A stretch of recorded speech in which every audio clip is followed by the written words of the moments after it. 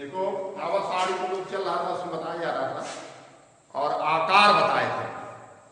तो आकार में बताए थे अंतिम कक्षा के इलेक्ट्रॉन की नाभिक से दूरी, उसकी साइज, उसका आकार कहा जाता है। आवर साड़ी में जो जो हम बाएं से दाएं चलेंगे आकार घटेगा। इसको याद रखो, इधर आकार घटता, बस इतना तुमको याद करना है। इधर आकार घटता और नीचे आने पर आकार बढ़ता। तो ये कह सकते हो आकार बढ़ता है। जितने पेदी में, पेदी ये देखो बॉटम में जितने तत्व हैं सब बड़े आकार के होंगे और ज्यों ज्यों हम इधर जाएंगे आकार घटता जाएगा, ज्यों ज्यों हम नीचे आएंगे आकार बढ़ता जाएगा। यहां तक एक अब इसके बाद मेरी लगाए थे आयनों का आकार। इतना है नहीं डिटेल तुम लोग आयन का आकार।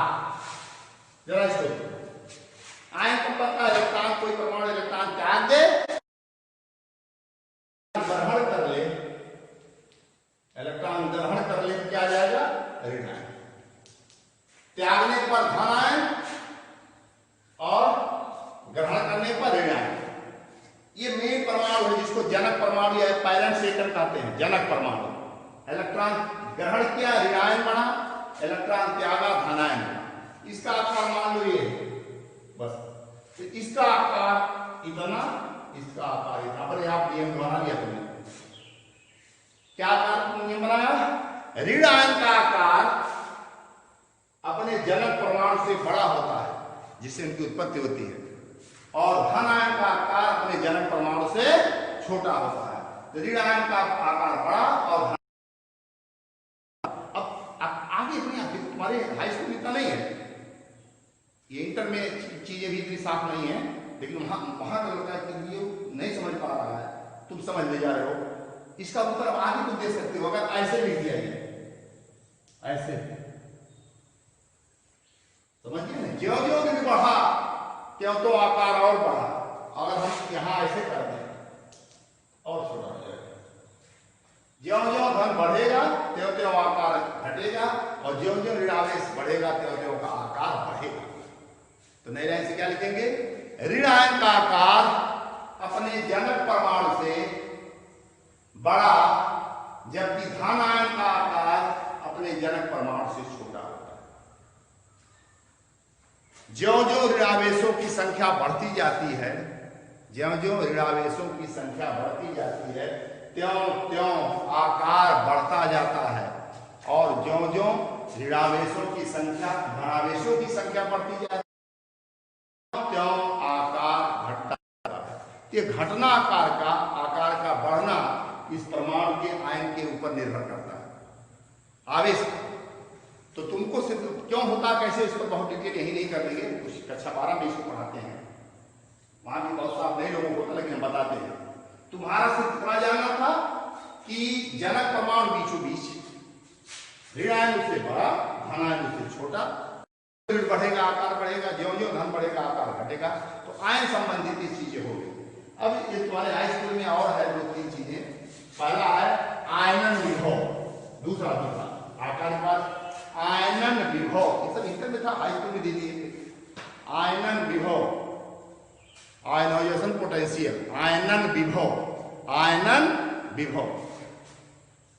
जरा ये बताओ, एक परमाणु एक है, एक परमाणु, ध्यान देना, इसका ये नाम है,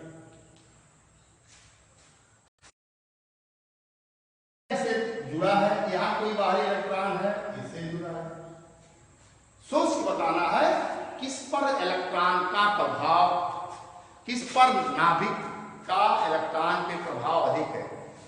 नाभिक इलेक्ट्रॉन को खींचे है, क्योंकि धन आवेश ऋणावेश के बीच आकर्षण का बल लगता है, विपरीत आवेशों के बीच आकर्षण का बल। तो हर नाभिक इलेक्ट्रॉन को खींचे, बांधे। सोच के बताना है कि कहां इलेक्ट्रॉन का खिंचाव अधिक है। तुम कहोगे यहां, क्योंकि यहां इलेक्ट्रॉन नाभिक से नजदीक है इसलिए इसका खिंचाव अधिक है, ये नाभिक से दूर है इसलिए इसका खिंचाव कम है। यही कह सकते हैं ढीला है, ऐसा कुछ होता नहीं, कोई दिक्कत है नहीं। ये ढीला बधा हुआ इलेक्ट्रॉन, ये मजबूती से बधा हुआ है। लूजली बाउंडेड इलेक्ट्रॉन लूज है, लूजली बाउंडेड इलेक्ट्रॉन, ढीला बंधा हुआ इलेक्ट्रॉन, और ये मजबूती से बंधा हुआ इलेक्ट्रॉन है। तो जो इलेक्ट्रॉन ढीला, अच्छा हमको इलेक्ट्रॉन निकालना है, तो इसमें से निकालना आसान होगा, इसमें से कहेंगे, इसमें से इलेक्ट्रॉन निकालना आसान। तो जो परमाणु जितने बड़ा होता जाएगा उसमें से इलेक्ट्रॉन निकालना आसान होगा। आयनन विभव होता क्या है? नाभिक से ढीले बंधे हुए इलेक्ट्रॉन को गैसीय अवस्था में किसी गैसीय विलगित अवस्था में स्थित किसी गैसीय परमाणु से नाभिक से ढीले बंधे हुए इलेक्ट्रॉन को निकालने के लिए जितनी ऊर्जा की आवश्यकता होती है वही उनका आयनन विभव कहलाता है। विलगित अवस्था में स्थित किसी गैसीय परमाणु से नाभिक से ढीले बंधे इलेक्ट्रॉन निकालने के लिए जितनी ऊर्जा की आवश्यकता होती है वही उसका आयनन विभव। यानी इलेक्ट्रॉन निकालने की हमको ऊर्जा देनी पड़ेगी, जितने अधिक ऊर्जा दोगे उतने अधिक उसका आयनन विभव होगा। किसको अधिक ऊर्जा देनी पड़ेगी? जो छोटा होगा, क्योंकि ये कसा है, बड़ा है, इसको निकालेंगे अधिक ऊर्जा देनी पड़ेगी, इसका आयनन विभव अधिक होगा। और जो बड़ा है उसका इलेक्ट्रॉन ढीला बंधा, उसको निकालने के आसानी से निकल सकता है, उसको कम ऊर्जा देने पे निकल जाएगा। इसके मतलब आयनन विभव और आकार में एक दूसरे का व्युत्क्रम संबंध है। आयनन विभव आकार के व्युत्क्रमानुपाती होता है, जितने बड़ा आकार होगा उतने कम आयनन विभव होगा। कितना आसान होगा बताओ, आकार बड़ा, आयनन विभव छोटा। तो आयनन विभव समानुपाती होना पाना आकार का उल्टा, आयनन विभव आकार का उल्टा। अब देखो, इसीलिए हमने आकार पढ़ा। आवर्त प्रणाली में ज्यों-ज्यों हम बाएं से दाएं चलेंगे, आवर्त सारणी में हम ज्यों-ज्यों बाएं से दाएं चलेंगे आकार घटेगा, आयनन विभव बढ़ेगा। तो एक थोड़ा सा अपवाद है, उसको भी अभी देखते हैं। आकार बढ़ेगा, घटेगा, आयनन विभव बढ़ेगा। जबकि समूह में ऊपर से नीचे आओ, आकार बढ़ेगा, आकार बढ़ेगा, आयनन विभव घटेगा। फ्रांसियम का आकार सबसे बड़ा था, उसका आयनन विभव सबसे कम होगा, यानी थोड़ी सी ऊर्जा से उसका इलेक्ट्रॉन निकल जाएगा। अपवाद यहां थोड़ा सा हो जाता है इसमें आयनन विभव में, जब हम बाएं से दाएं चलते हैं। इसको देख लो, थोड़ा इंटर में इसको पढ़ेंगे तो यही नहीं हो जाएगा, लेकिन बता देते हैं फिर भी। जैसे lithium, beryllium, boron, carbon, nitrogen, oxygen, fluorine, ऐसे ये दोनों अपवाद हो गए। ऐसे अपवाद हो गए तो इसका उत्तर समझ गए। इसका आकार थोड़ा बड़ा है, इसका आकार इससे छोटा होगा, क्योंकि इधर जाने का आकार घटता, सभी लोग जानते हैं। इधर जाने का आकार घटता है तो इसका आकार छोटा, इसका आकार बड़ा है। इसका आयनन विभव अधिक होना चाहिए, इसका आयनन विभव कम, लेकिन उल्टा है। बस अब तुम इतने जानो उल्टा है, तो नाइट्रोजन तो लिखो, ऑक्सीजन का आकार नाइट्रोजन से छोटा है, ऑक्सीजन का आकार नाइट्रोजन से छोटा है, इसलिए ऑक्सीजन का आयनन विभव अधिक होगा। ऑक्सीजन का आयनन विभव क्या होगा? अधिक होगा नाइट्रोजन की तुलना में। लेकिन ऐसा नहीं होगा, नाइट्रोजन का आयनन विभव ऑक्सीजन से अधिक होता है। तो तुम इतने से भी याद रखो, अपवाद कह दे तो उसको मतलब समझ जाओ, उल्टा हो जाएगा।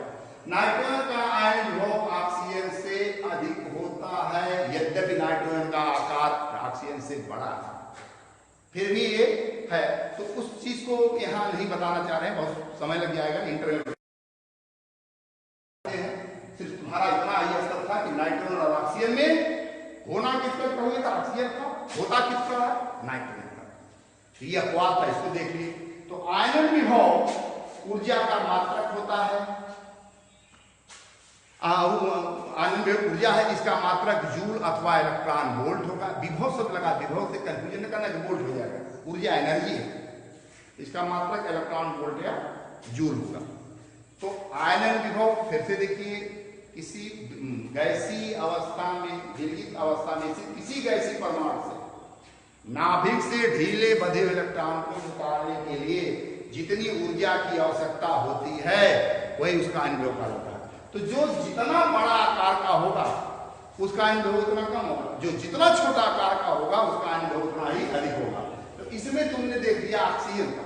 ऑक्सीजन का क्या होगा? ऑक्सीजन का आकार छोटा है, अनुभव अधिक होना चाहिए, लेकिन किसका अधिक है? नाइट्रोजन का। बस आगे हे डाल दो विद्युत ऋणात्मकता, तो बढ़िया सो रहा, कहीं कोई कंफ्यूजन नहीं।